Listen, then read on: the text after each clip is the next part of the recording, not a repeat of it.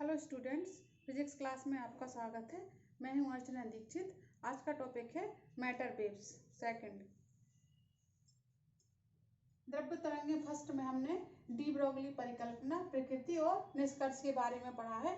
इसकी link description box में दी गई है, आप डिटेल से इसका अध्ययन कर सकते हैं। आज हमें पढ़ना है डी ब्रोगली समीकरण, इसका हम डेरिवेशन करेंगे। तो डी ब्रोगली परिकल्पना में हमने देखा है कि डी ब्रोगली ने सन 1924 में बताया, 1924 में, कि प्रत्येक मैटर वेव्स गतिमान द्रव्य कण, मतलब जो मूविंग मैटर वेव्स है, गतिमान द्रव्य कण है, उसके साथ एक तरंग संबद्ध होती है जिसको हम डी ब्रोगली तरंग या द्रव्य तरंग कहते हैं। इस द्रव्य तरंग की तरंग दैर्ध्य lambda is equal H upon P, इसको हमें डिराइव करना है। तो माना कि एक फोटोन है, फोटोन की आवृत्ति म्यू है, तब फोटोन की ऊर्जा E इज इक्वल एच और म्यू। साथ ही हम जानते हैं द्रव्यमान ऊर्जा तुल्यता समीकरण,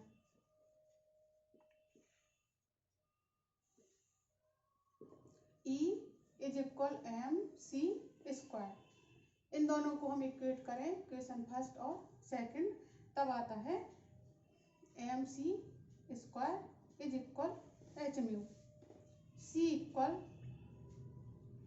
M equal H mu upon C square, और P is equal M C is equal H mu upon C square into C. ये हो जाएगा एच म्यू अपॉन सी। हम जानते हैं C is equal to mu और लैम्डा, तब ये हो जाएगा H upon lambda, C upon mu is equal lambda. इसका हमने मान रख दिया, तो mu upon C is equal हो जाएगा 1 अपॉन लैम्डा। तब हमने इक्वेशन अपना निकाला है P is equal to H upon lambda, ये वाला। अब इसकी हम विभिन्न कंडीशन देखेंगे। माना कि कोई पार्टिकल है, पार्टिकल जिसका द्रव्यमान है m और जिसकी वेलोसिटी है v, मतलब वो v वेग से, हम द्रव्यमान का पार्टिकल v वेग से गतिमान है, तब ये हो जाएगा lambda is equal H upon M V. अगर v प्रकाश के वेग c से तुलनीय है, तब v इज इक्वल टू इसका m is equal M not under root 1 minus V square upon C square, जहाँ पर एम नॉट कण का ब्राम द्रव्यमान है, रेस्ट मास या ब्राम द्रव्यमान। सेकंड कंडीशन है, यदि कण की गतिज ऊर्जा k है, तब k is equal half M V square, और इससे हो जाएगा M we is equal 2k, केवल v निकालेंगे हम, V square is equal 2k upon m, और v is equal under root 2k upon m। तब lambda is equal h upon p से p is equal M V, तो ये हो जाएगा अंडर रूट 2k m, तो h upon under root 2k m, जहाँ पर k कण की काइनेटिक एनर्जी या गतिज ऊर्जा है। तो काइनेटिक एनर्जी के फॉर्म में समीकरण हो जाएगा lambda is equal to h upon under root 2k m। Third condition है, मान लीजिए कोई पार्टिकल है जिसका आवेश है q और उसको v विभवांतर देकर हमने त्वरित किया है,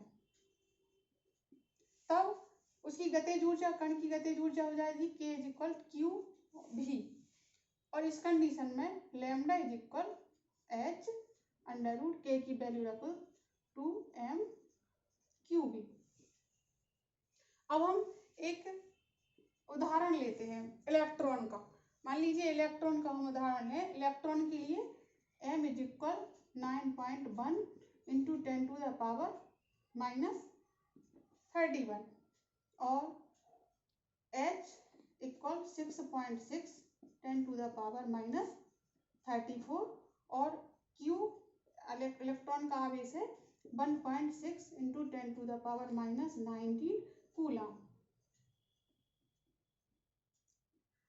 तब इसका इससे इलेक्ट्रॉन से संबद्ध तरंग दैर्ध्य हम निकालेंगे, लैम्डा इज इक्वल 6.6 10⁻⁻34 √2 9.1 10⁻31 मल्टीप्लाई 1.6 10⁻13 और v।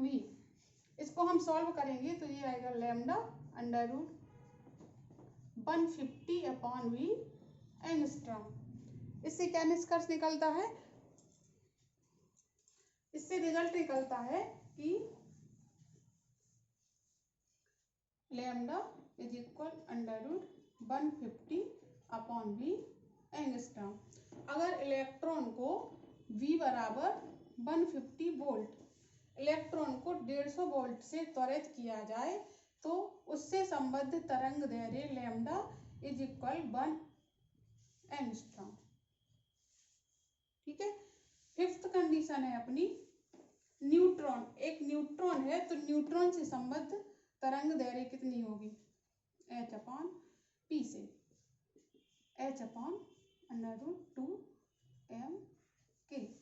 तो न्यूट्रॉन की जो काइनेटिक एनर्जी है k is equal 3/2 kT। परमताप T पर, T है परमताप और k है बोल्ट्जमैन नियतांक।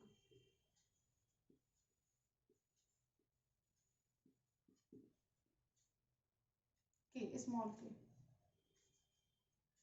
तो इससे lambda is equal to neutron से संबद्ध तरंग दैर्ध्य h और इसकी वैल्यू रख देंगे 2m इंटू 3/2 kT